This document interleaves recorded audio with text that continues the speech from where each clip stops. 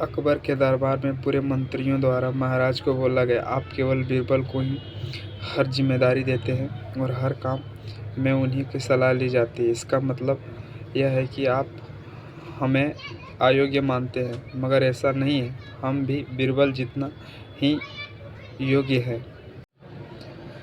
महाराज जी उन सभी से कहे, मैं तुम सभी से एक प्रश्न का जवाब चाहता हूँ, मगर ध्यान रहे कि अगर तुम लोग इसका जवाब ना दे पाए तो तुम सभी को फांसी की सज़ा सुनाई जाएगी।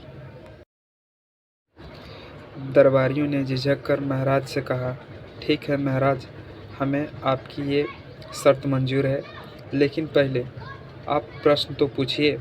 महाराज जी ने कहा, दुनिया का सबसे बड़ा चीज़ क्या है?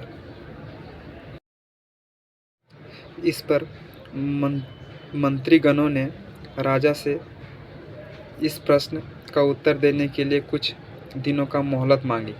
राजा इस बात के लिए तैयार हो गए। महल से बाहर निकलकर सभी मंत्रीगण इस प्रश्न को उत्तर ढूंढने लगे। पहले ने कहा कि दुनिया का सबसे बड़ी चीज़ भगवान है, तो दूसरा कहने लगा कि दुनिया का सबसे बड़ी चीज़ भूख है।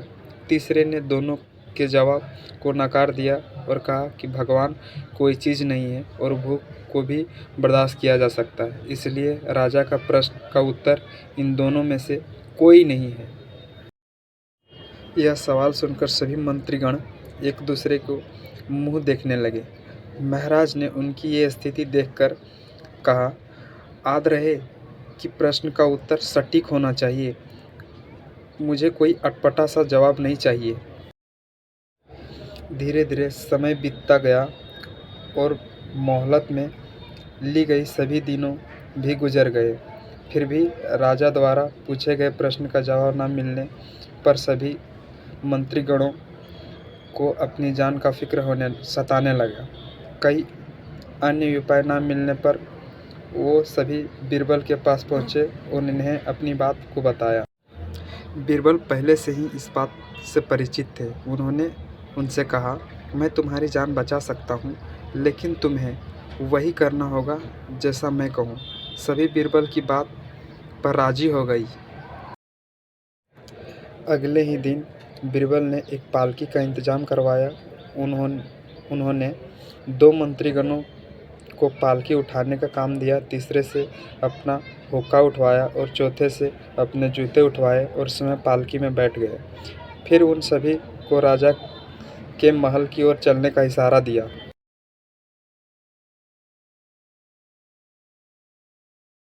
जब सभी बीरबल को लेकर दरबार में पहुंचे तो महाराज इस मंजर को देखकर हैरान थे। इससे पहले कि वो बीरबल से कुछ पूछते, बीरबल खुद ही राजा से बोले, महाराज, दुनिया का सबसे बड़ा चीज़ गरज होती है। अपनी गरज के कारण ही ये सब मेरी पालकी को उठाकर यहाँ तक ले आए हैं।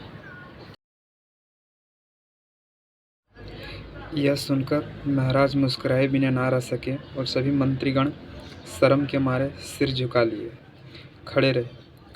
कहानी से सीख। इस कहानी से हमें यह सीख मिलती है कि हमें कभी भी किसी का योग्यता से जलना नहीं चाहिए, बल्कि इसकी सीख लेकर खुद को भी बेहतर बनाने की कोशिश करनी चाहिए। धन्यवाद।